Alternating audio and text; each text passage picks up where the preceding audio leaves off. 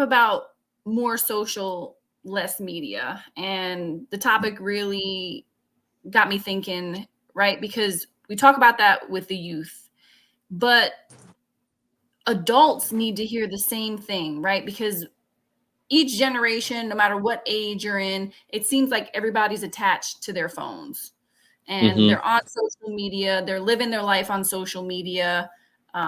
They're living in it's you know what I look at it as an alternate reality, right? So I've gotten rid of all of my social media, Facebook, Instagram, LinkedIn, whatever else, you name it, gone. And Hmm. since I've done that, I live in the world. I live in the present. I live in the now. But I look at people around me, whether that be my loved ones or friends, and they're living in an alternate reality. They're not living in the present. They're not living here. They're living in what they're seeing on their phones Hmm. and what their friends are posting, which we know the majority of that stuff is fake.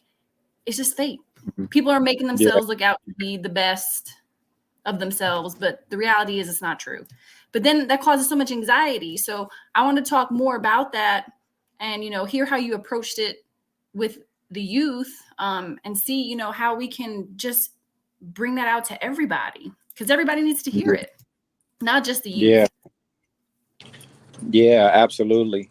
Um, One thing that I think is important and that we try to focus on like immediately is setting a foundation for success.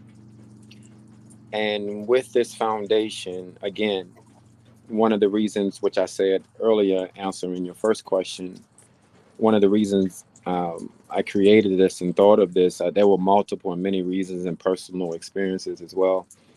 But one of the most important reasons were for them and as well as myself to have a foundation within that's not easily shaken. I think it takes resiliency. It takes resilience to go beyond things and persevere, right? Mhm. So answering the second question about, social media and this false reality that everybody's kind of engaging into and living from, what that foundation for success entails is the realization and the awareness of truth versus falsity, love versus fear, um, reality versus illusions. We think that's reality. If we're born into it, how do we know any different? Unless someone takes time to be with us. You have great parents, great role models, great mentors who takes time to communicate with you and give you the real game, the real universal presence, you know, versus this worldly. Um, so that's the first piece, helping them raise their vibration, raise their awareness so they're able to identify what's real, what's not, what's love, Mhm. what's fear or fear promoting, what's truth versus like illusions. Like, from the second that we come out of the womb, from the second we come out of the womb, it's on. It's nothing but noise. And you just Mhm. spent 9, 10 months in there, calm, quiet. You're forced to use your senses naturally. This is life.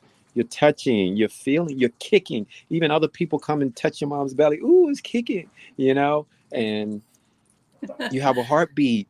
You have a heartbeat before you have this big old brain. And then the moment, what happens on your birthday? You come out, doctor slaps you, pap, pap, pap, and fluorescent lights in your face. It's bright. You just spent 10 months in darkness, you know, peace. Mhm. And it's out, you're out and it's noisy. It's machines. You jump in your car. Mom takes you home. You go into this other box called your house. You go into this other little box, even smaller, called your room.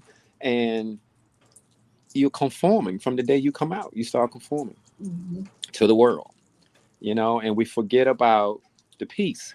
So then we plan vacations and we meditate and we try to get back there, you know. And if we can help them, if we can help them see that, like, yeah, this world is crazy. That's why we go on vacation.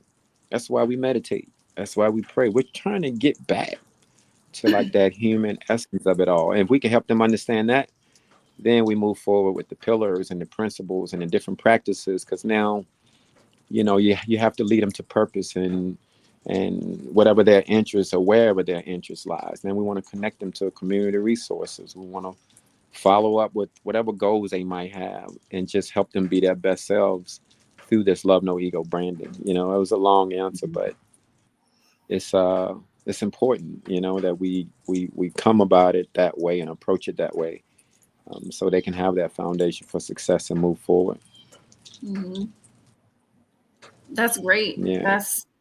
No, I mean, it's a great answer. It's not long at all. It's a great answer, and it makes sense with how it kind of where it all started. Like you said, we're in quiet and peace in the womb, and then we come out, and it's just chaos from that day forward.